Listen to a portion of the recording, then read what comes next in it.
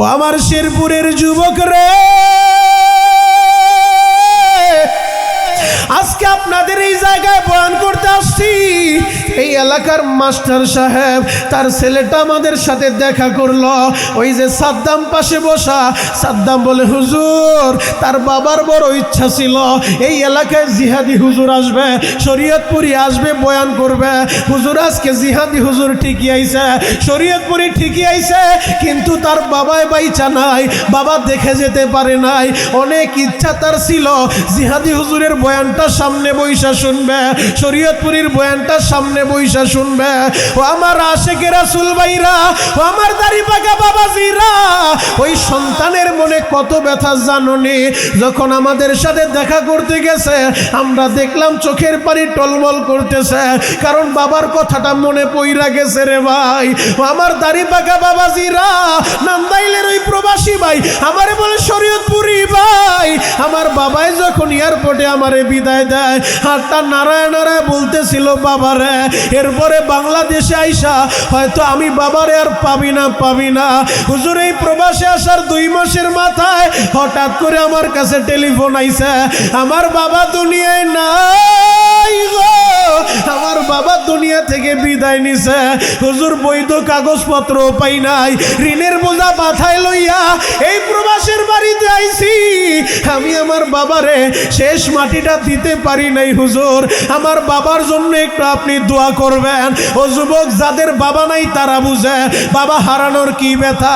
ওই যে মঞ্চে বসে আছে জাহাঙ্গীর ভাই, ওই জামালপুর বক্সিগঞ্জ থেকে আসছে বাবা। এই মাসের 3 তারিখে আমি জামালপুর বক্সিগঞ্জ নীলখিয়া ইউনিয়নে দিকপাড়া হামিউস সুন্নাহ মাদ্রাসায় গেছিলাম।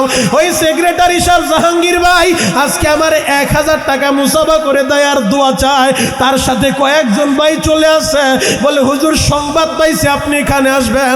আমরাও ছুটে আসছি। ওই জাহাঙ্গীরের মাও নাই, বাবাও নাই। বুকটা ফারিয়া দেখো, মা বাবার জন্য কত ব্যথা রে ভাই। আমি যখন ওই দিকপাড়া মাদ্রাসায় এই মাসের 3 তারিখে বয়ান করতে গেলাম, হাফেজ সাহেব মাদ্রাসার মুহতামিম সাহেব মাইক্রোফোনে একজন হাফেজের নাম বলে 9 জন হাফেজরা আমি পাগড়ি পরাইছি, তাদের বাবাদেরকেও পুরস্কার দিছি। বাবা এই কথাটা কেন বলতেছি, তোমাদের যাদের বাবা আছে তোমরা বুঝবা না রে ভাই, তোমাদের যাদের মা আছে হয়তো তোমরা বুঝবা না। যার মা নাই বাবা নাই তার বুকটা ফারিয়া দেখো, এই বুকের ভিতরে মার জন্য কত ব্যথা, বাবার জন্য কত ব্যথা। হাফেজ সাহেব একজনের নাম বলতেছে, আমি পাগড়ি পরায় দিতেছিলাম, বাবাদের নাম বলে, বাবারা সামনে এসে পুরস্কারটা নিয়ে যায়। 9 নাম্বার যেই হাফেজের নামটা বলছে, আমি যখন ওরে পাগড়ি পরাইতেছিলাম দেখি ওর চোখ বেয়ে শুধু পানি ঝরে। আমি 2-2.5 ঘন্টা বয়ান করছি, পুরাটা সময় ছেলেটা বসে বসে কাঁদছে। আমি বললাম বাবারে তুমি কেন কাঁদো? মুহতামিম এলান করে, ওর পুরস্কারটা কে নিবে? ওর তো বাবা দুনিয়ায় বাইচা নাই, ওর চাচারা কেউ আসেননি, কেউ ওর পুরস্কারটা নিতে আসে নাই বাবা। ওই ছেলেটা আমারে বলে হুজুর 2 বছর আগে আমি আমার বাবা হারায় ফেলছি, আজকে আপনি আমারে পাগড়ি পরাইবেন। সবার বাবারা তাকায় তাকায় দেখলো, হাজার হাজার মানুষের সামনে মাদ্রাসা থেকে আমারে পাগড়ি দেওয়া হইল, বাবাদের পুরস্কার দেওয়া হইল। আমি হতভাগা, আমার বাবাই দেখতে পারলো না। হুজুর বাবার জন্য একটু দোয়া কইরেন। যুবক রে, আমার নবী তার সাহাবীদেরকে উম্মতের মায়ের মতো ভালোবাসা দেয়, বাবার মতো ভালোবাসা দেয়। উম্মতের দরদি নবী মুআজ ইবনে জাবালকে উটের উপরে উঠাইয়া বিদায় দিতেছে।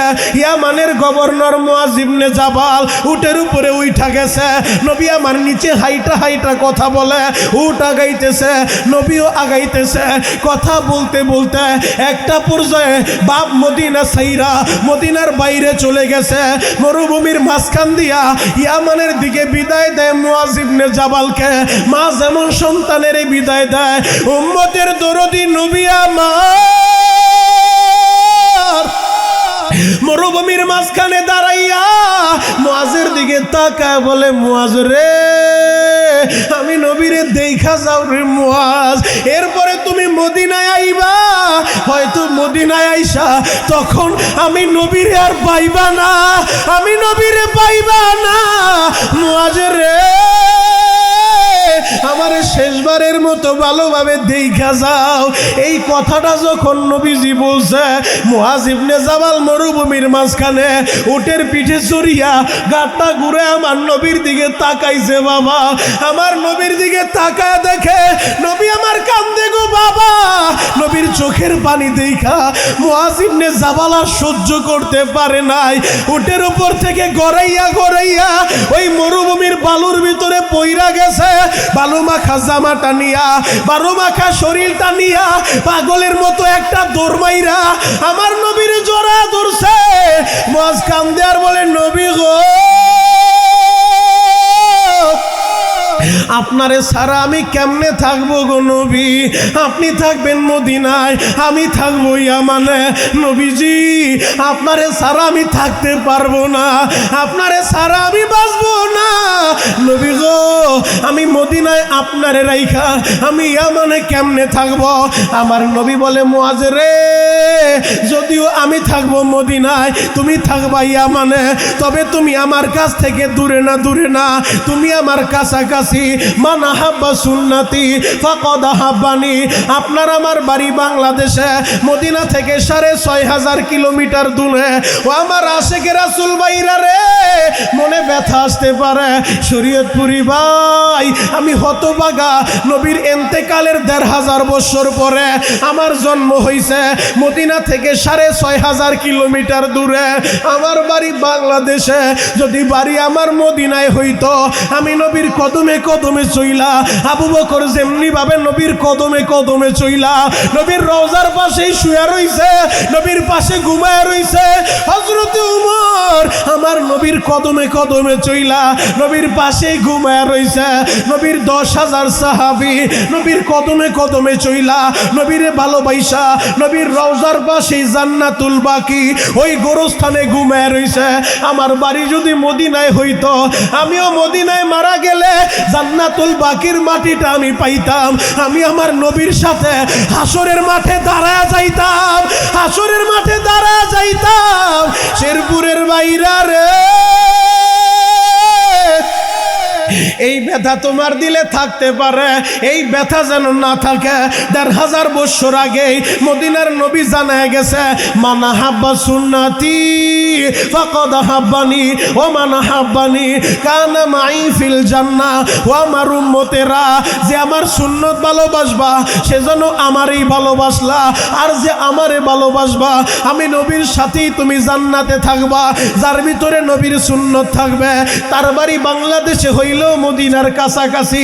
আর যদি বাড়িটা মদিনায়ও হয়, নবীর সুন্নতের মোহাব্বত নাই, নবীর ভালোবাসা নাই, নবীর আদর্শ নাই, তাহলে সে মদিনায় না, মদিনায় না, মদিনার থেকে বহুত দূরে। বাবা আমার শেরপুরের ভাইরা, আমার দাড়িপাকা আব্বা জানেরা, দিলের কানটা লাগা আমার কথাগুলো শুনে যান গো বাবা। ওই মদিনার নবী বলছে, হুমা জান্নাতুকা ওয়া নারুকা, তোমার মা বাবাই তোমার জান্নাত, তোমার মা বাবাই তোমার জাহান্নাম। এখন বসে বসে কাঁদতে থাকেন বাবা। আমি জানি না কার মা বাইচা নাই, আমি জানি না কার বাবা বাইচা নাই। ও আমার যুবক ভাইরা রে, আজকের মাহফিলের প্রধান বক্তা শাইখ ইলিয়াসুর রহমান জিহাদি সারা বাংলাদেশে ঘুরে, দেশের বিভিন্ন রাষ্ট্রে, দেশের বাহিরে যায় বয়ান করে। যেই জায়গায় যায় মায়ের কথা বইলা চোখের পানি জড়ায় রে বাবা। সারা দুনিয়া ঘুরলেও মার মতো একটা দরদি এ পৃথিবীর কোথাও মিলবে না, মিলবে না।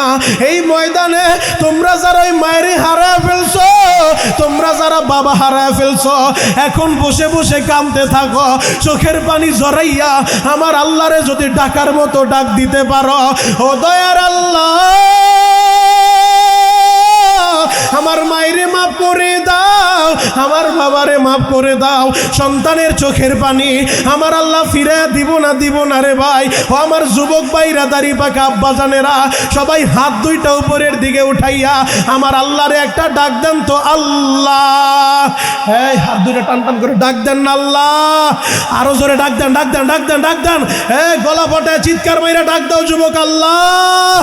কি যে উপায় হবে আমার মরণে, কি যে উপায় হবে আমার কবরে, আল্লাহ, এই শেরপুরের দিকে তাকায় দেখো, লক্ষ্মণপুর জৌসরের দিকে তাকায় দেখো, তোমার পাগলগুলা তোমারে আল্লাহ বলে ডাক দিছে রে আল্লাহ, এদেরকে ফিরায় দিও না, তারায় দিও না আল্লাহ, এদেরকে তুমি মাফ করে দাও।